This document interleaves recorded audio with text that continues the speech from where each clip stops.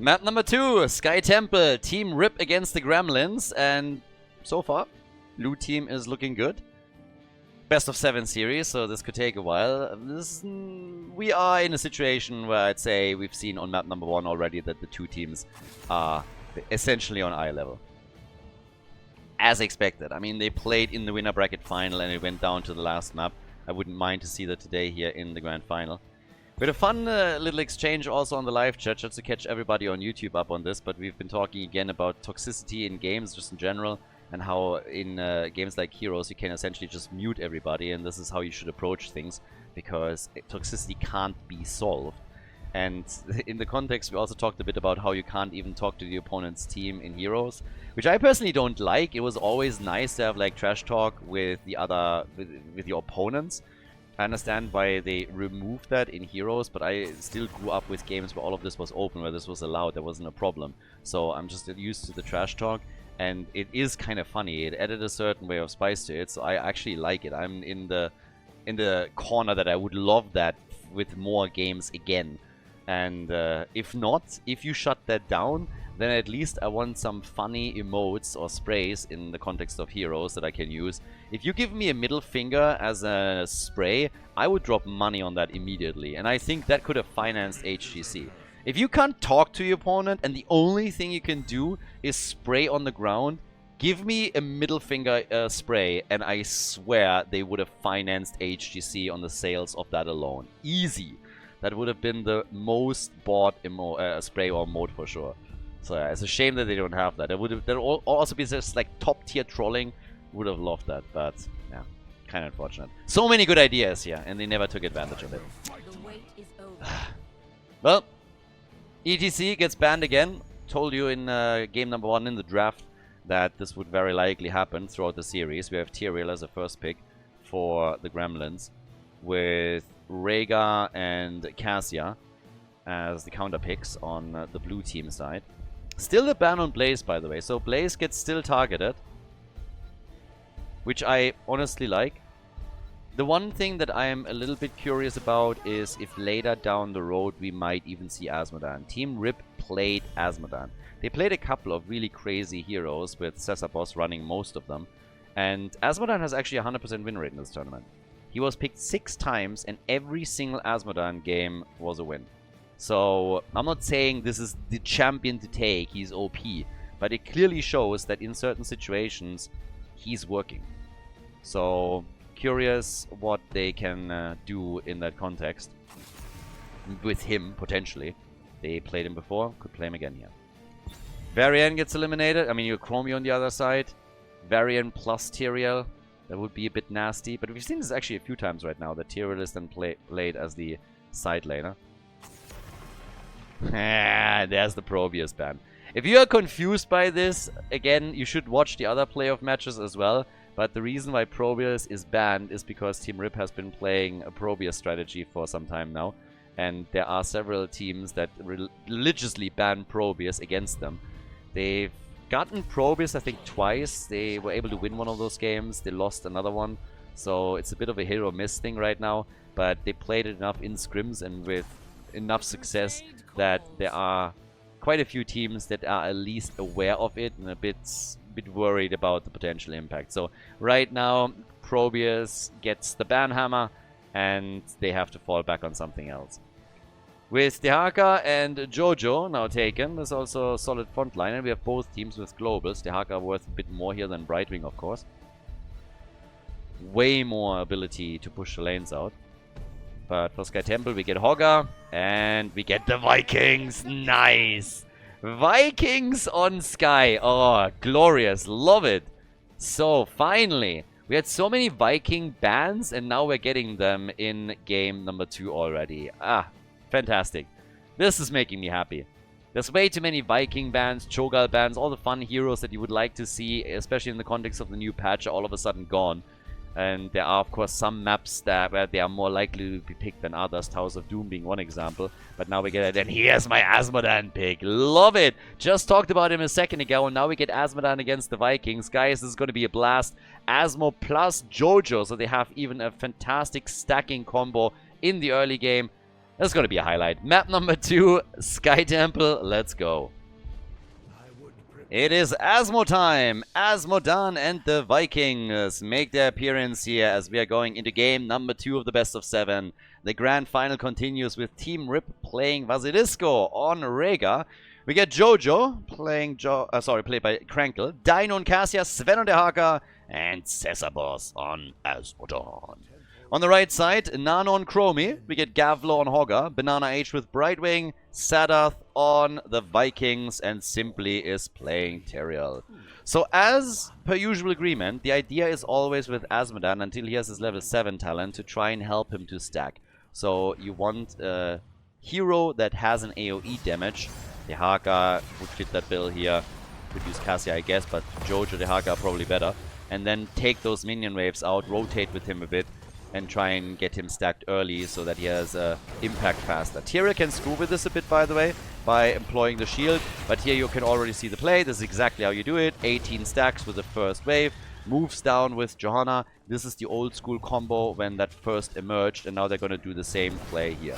Jojo comes in, Asmodan gets the hit.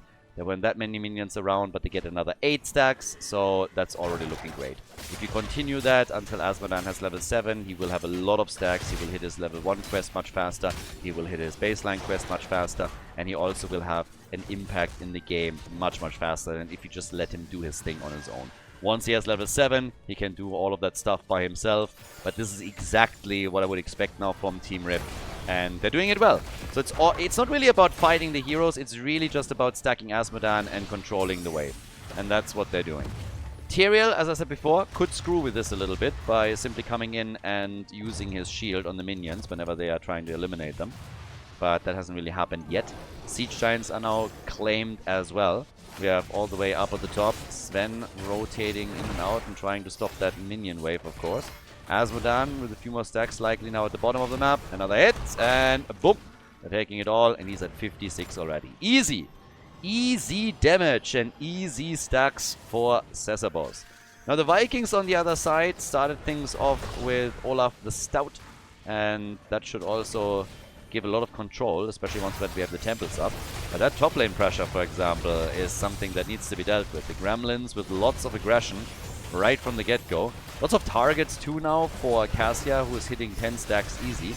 And this is exactly the one thing that this push is good for, from the perspective of the blue team, that they can at least get stacks for Cassia, and they do. But the wall is gone, and every single structure you can eliminate on a map like Sky Temple is a huge win. Killing heroes is a bonus, but Sven survives. But that's mad damage at the top lane. I mean, it really is. This is huge for the Gremlins. This is really big for them. The temples are just now activating, and they are already losing ground on that fort. We are 2.5 minutes in, the wall is gone, and the fort is at 50% of its HP. That is crazy. Asmodan is, by the way, stacking at the bottom of the map. Chromie gets now destroyed at the top, so at least the red team has to pay a price. But good damage from Asmodan down at the bottom of the map. Sadath is rushing around here. But with the auto attacks that are coming from Asmodan, the Inspire buff gets activated on the ranged minions, and that is more damage on the fort as well. So Asmodan is playing this very smart, is getting more stacks, but a bit slower since he has no support here. Once we have level 7 though, he will be able to laser the wave, and then the stacks will come a lot faster. The red team is still ahead on structures, but this is making a difference. And once again, there's only the Vikings here. So it's just Vikings that get destroyed, and we have over and over again minion waves being pushed in, Inspire buff gets targeted, and that helps to get this fort now nearly down to 50% of its HP.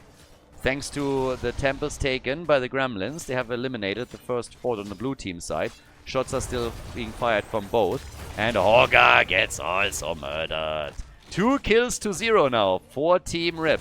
So they might be a bit behind in structures, mainly because of the fort dropped at the top, but they have done a solid amount of damage to the mid lane fort and the one at the bottom of the map.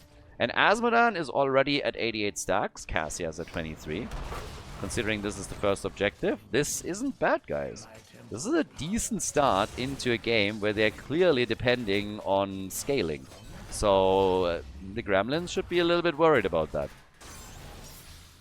Not that they're doing badly, but they're a little bit behind in experience right now, and I think that eventually they're also going to take the backseat in structures, especially if you look towards the middle of the map, where the fort is basically destroyed too. That bot lane is a completely different story.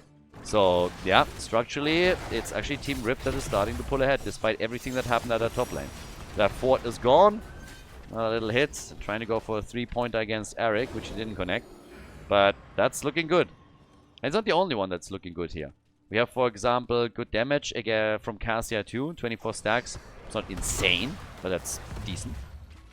And Asmodan is 128 stacks. Yeah, he has his trade, which is super important. That's a big deal, obviously, to push side lanes. And on top of that, you have just the general control with the AoE damage that she brings to the table. And Asmodan has, as I said before, been played 6 times in this tournament and has won all 6 games.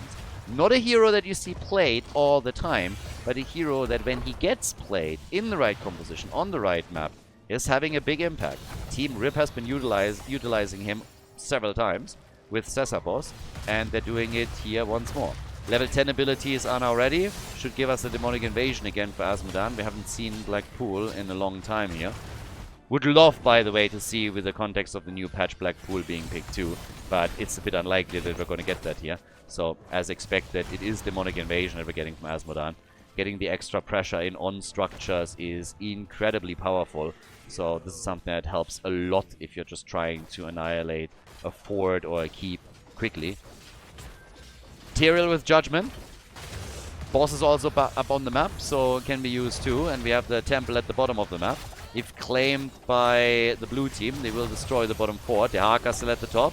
It's obviously the big global tool that they have here. Brightwing, our fruit fly, dancing out in the middle. We have Crankle still vying for position here, but they haven't pushed into this yet. It's just Asmodan is pushing a bit in the middle and then rotates towards the top to help out the Haka. And this is a dangerous one. There's a double camp here already, which means massive Inspire push with those minions. The Haka goes down to the bottom of the map. And now we have Asmodan pushing this one solo. And he can do tons of damage here. Hasn't used his ult yet. Could save it to go for the keep wall. There's still a few shots at the temple at the bot lane. But this is weird, because for the Gremlins this is awkward. They need something. They're getting the Vikings all down to the bottom of the map because they want to dominate at least this fight. They are realizing they won't be able to do too much against Asmodan top. So the fort gets destroyed. The blue team, yeah, they're going to get assistance soon from Asmodan. But they are already winning this battle. Chromie goes down. It's hard to tell if she dies or not because she's basically the same size as the Vikings, so that makes it a little bit harder to decipher at times, but it was indeed her. Tyrael is also dead, and, well, with that they can now get Asmodan on the job and drop the quick demonic invasion, which is exactly what we're getting here. 186 stacks for him now, and, well, that's another fort gone. So that's all of the forts on the red side destroyed. Blue team still holds on to 1. Damage output from Asmodan is at, well, just 11,000 hero damage, not the focus for him, but 83,000 siege damage. So our boy is doing work here. We'll focus on the hero damage later on, but for now it's all about macro control for him. Yeah. Hogger's still poking around a bit. Cassie has the top damage for the blue team, whereas Tyrael is still top damage on the other side. Even ahead of Chromie, interestingly enough, who died twice so far. 5 kills to 0. Not a single kill for the Gremlins. I don't think they're going to go up for a cheeky boss here, but Asmodan at the bottom of the map has now completed his level 1 quest. So that's already a nice step into the right direction. We have him in addition with this also with a Vanguard. Let's slow in. Olaf. Yeah, and there's another minion wave. Look. Gets the hit on Olaf to kill him. Take him down. And there's still Siege Giants about to be claimed. But I have to say that Team Rip is dealing with the Vikings quite nicely so far. They are ahead in experience by a significant margin. They have also taken the structure lead. And with Asmodan, they have good stacks. They're getting good damage out that they can use to control those minion waves and lanes. So the Vikings, they are just having a bit of a problem against all of this. There's another quick hit. That's like, what was that, 24 stacks that he gets out of that. And one of the issues is obviously that with this trade, Asmodan can also counterplay the Vikings. Well, Brightwing goes down. Okay, so the flying butt plug got eliminated. Jojo took it out. And that is kill number 6. So things are looking pretty good for them. A little bit of a blind shot by Azmodan that doesn't go anywhere, but they are getting more pressure in against Gavlor and force Hoggar back. So the Vikings, they're taking control over the shrines. This is probably the biggest advantage that the red team now has, that they can still go for temple control with ease, since they can just split onto the map like this. And with them taking at least over some of the shots, that's a huge win. They eliminated the fort in the middle of the map and now applying pressure to the keeps. Blue team has taken over at the bottom of the map and is now attempting to do the same at the top. But Sven has to be super careful here, obviously. But it is nice pressure against the keep at the bottom of the map. Jojo, she still has a few shots left here. So apparently miscalculated the timing a bit as she moved off. By now we have, again, Azmodan. It's the laser show, baby. With them having a level 16 lead and going for Hell Rift, is lasering them into the ground, taking one after another. Shots fired at the top, damage the top side keep for the blue team. So this is still close. I mean, it really feels like it's the blue team, you know, that is dominating the things in general. They have 6 kills to 0. They're doing well with Azmodan, but let's not kid ourselves here. When we're looking just at structures alone, then the Gremlins aren't too far behind. So they're doing still a fantastic job, and you could argue they're ahead with this. The Vikings are controlling the side lanes quite well. The Haka has to deal with them as best as they can. And it's a bit, it would still worry me if I'm on the blue team side. You can still lose this game. Just because you had a lot of cool moves and have more of the kills doesn't mean that you're going to take this. And just look at the top lane, for example. Sadath is now pushing in here, and somebody needs to deal with this, or it's going to cost them the keep. And Azmodan to the rescue as he starts moving in, gets good hits connected, but they need to burn this down quickly. The keep still taking damage, and every single bit matters, because there is going to be another temple at the top lane soon, and that will then likely destroy the keep if the red team is able to grab the objective again. So there's a lot going on here. I like the macro play that they are both showing. We have 59 stacks now for Cassia, so our girl has been doing work. Azmodan is sitting at 284 stacks as they're continuing, so we're still quite a bit away from completing the baseline. But it's of course working the damage in as we speak, and it's showing with every single orb that he throws out and takes the minion waves out. The minimap in particular shows it right now as we speak, because what we're getting here is lots of control, and the red team is more and more pinned down in their own base. So now Azmodan, maybe the chance to also drop another ult. For example, try and use it down at the bottom of the map, but they got some towers destroyed here. Trying to go over the bridge and get more of a lead there too. Temples are activating soon again. And that's 4 siege giants pushing. That has to be dealt with at some point. But they're back in the middle, trying to go for Olaf. That was kind of shut down. And the Vikings are already heading towards the temples, as they should.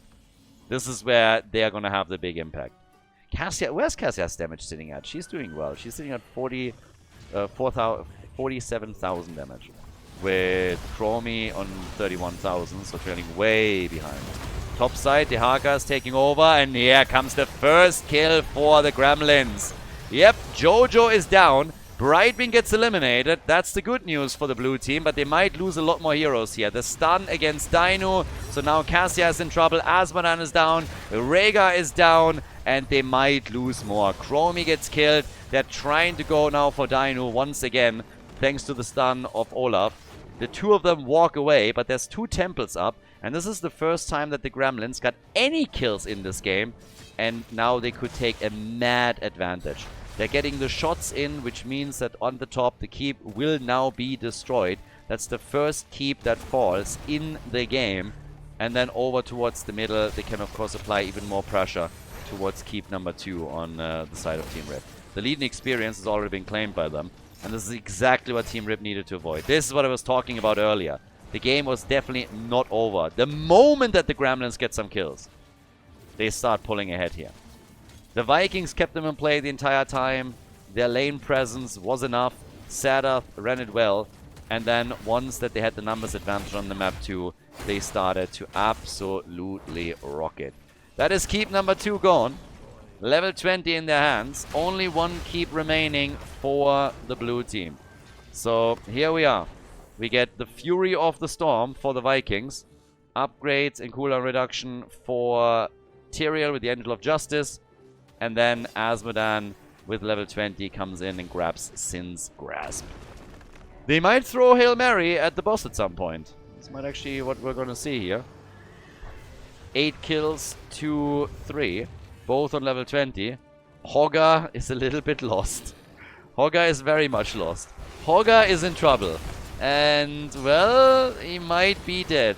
Is he going to get out here? And the answer is, I guess so. Blessed Shield.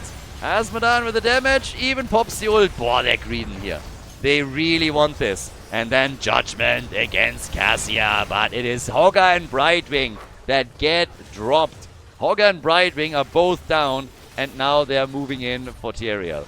So this was actually important. That might just have saved them. Boss is the only play that makes sense here. Try and defend with either Azmodan or Dehaka and then go for the boss. We're 15 minutes in, you gotta do something here. So Dehaka, he's gonna be defending the core.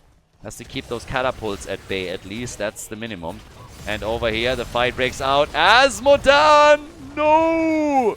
They lose the big boy. Azmodan is gone. Now Chromie gets attacked.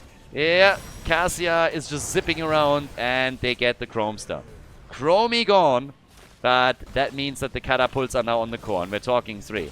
So Dino's coming back, needs to deal with the catapults, takes them out easily, no damage on the core. They are re-engaging on the boss, of course, and we have one of the Vikings eliminated. 1 down, still a bit of pressure by Sadath right here. Tyrael zipping around, but they need to commit to the boss at this point. Chromie is gone. She's the only one that's missing. Azmodan as well. They need to play this one out, and they know it. Tyrael could re-engage. Boss is nearly done, but they need to hurry. They really need to go for this right now. Dehaka with the lick, but they need to commit. The pings are coming, but they haven't made the play yet. In comes the mail. What the hell? How is this possible? Come on. Unbelievable. Get wrecked. Guys, what on earth? Look at this. Too easy. He came in and just claimed it with the holy ground like, yeah, that's mine. Oh my god. And now it is the bot lane attack against the keep. Holy ground Tyrael just jumps in and is like, yeah, thank you. And claims it. So now we had shots fired through the temple, but the attack is coming. Jojo is dead. They're killing a couple of Vikings. 12 kills to 5. Azmodan is dealing with the boss and has basically eliminated it. So the core is not going to fall to the boss by itself, but the blue team will have to defend against the opponent. Quest completed for Sesabos. So now they have a chance to utilize the baseline, the baseline reward too. But boy, they only have their core left. And the red team is now pushing. Jojo is gone for another 36 seconds. Rhaegar gets attacked. Shockwave follow-up. The core soon going to take damage, but again, they haven't won this yet. There's a double altar coming up next. And the Gremlins are a little bit worried that they might still lose this. Still unbelievable to me how easily that boss was taken. That shouldn't have happened. They had everybody there. They pinged the point. Nobody zoned out Tyrael. And that was that. But okay, they haven't given up on this yet. 18 minutes into the game. And now they... Oh, they get Chromie. Oh boy, that hurts. Chromie is gone. If they can take Hogga, he gets away. But that's actually big. Jojo's the one who's defending the bot lane. They might be able to do something here. Once again, the play, this time for Cassia. Holy ground. And Dino is fully wedged off from the rest of the team and goes down. Azmodan, I thought demonic invasion? Yes, no, maybe? No demonic invasion, but burning the keep down. Okay, didn't use the ult. Are they gonna try for the core here? No way. Nah, really? Okay. So apparently they're gonna try for the core. They get some hits in. Where's the demonic invasion where you need it? Tyrael with Judgment. Vikings are pushing for the blue team's core, by the way. Demonic invasion has just been used. They're not gonna be able to pull this off, are they? Oh my god! Asmodan is still alive too. 80%, 70. Asmodan is down 40%. Don't tell me they actually do it. Oh!